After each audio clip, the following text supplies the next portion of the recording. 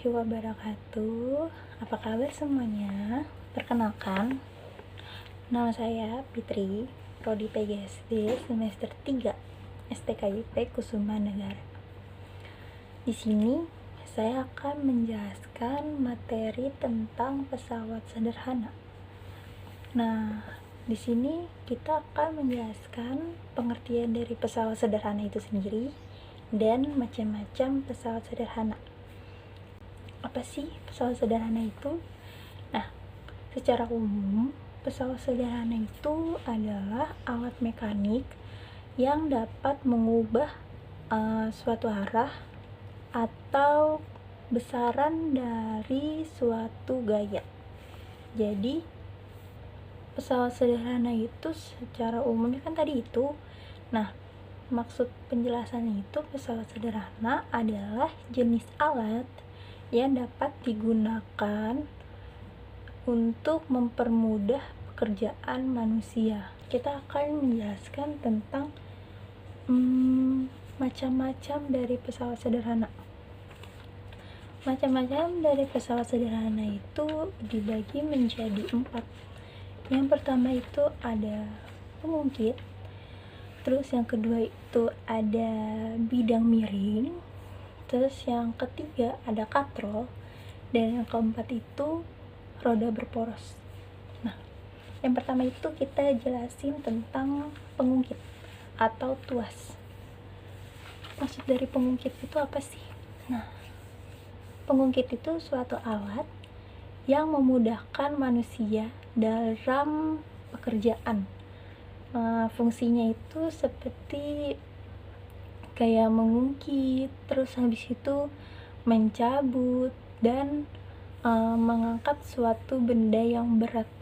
Nah, pengungkit itu digolong menjadi 3 golongan. Kita akan bahas yang golongan pertama. Golongan pertama itu adalah titik tumpunya terletak antara titik kuasa dan titik beban. Jadi kayak tadi, titik tumpunya terletak di antara titik beban dan titik kuasa. Nah, kayak gini. Ini titik beban dan ini titik kuasa. Jadi, contoh dalam kehidupan kita sehari-hari itu apa sih? Contohnya itu kayak jungkat-jungkit kayak gini. Jadi ada beban 2. Terus yang kedua itu ada gunting. Nah, ini titik bebannya kita sebut. Maaf, ini titik tumpunya kita sebut.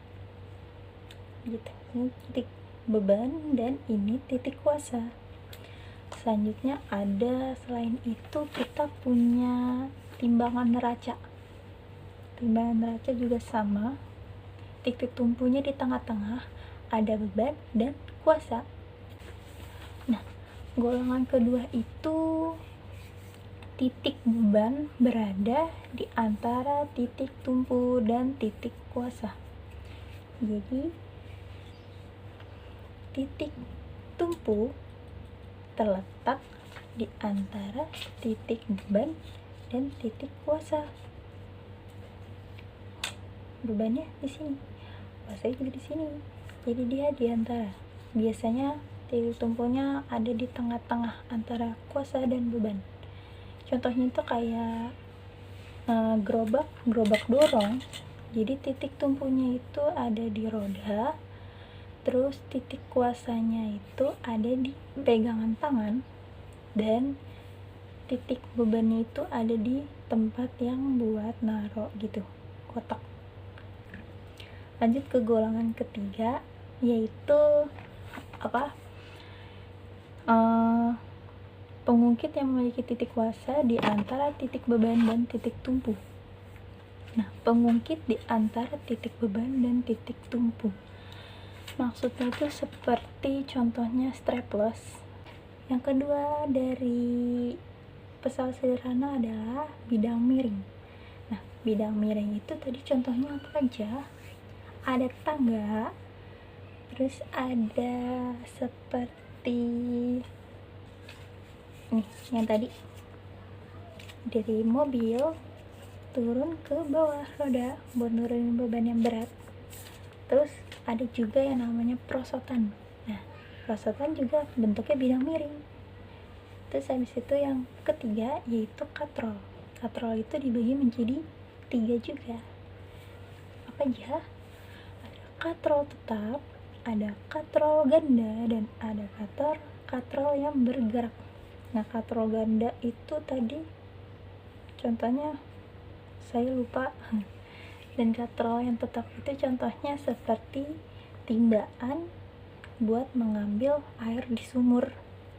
Terus habis itu kalau katrol gerak contohnya itu seperti timbangan barang-barang bekas kayak botol, kayak kardus-kardus gitu, jadi dia ditimbang kayak di bawah gitu.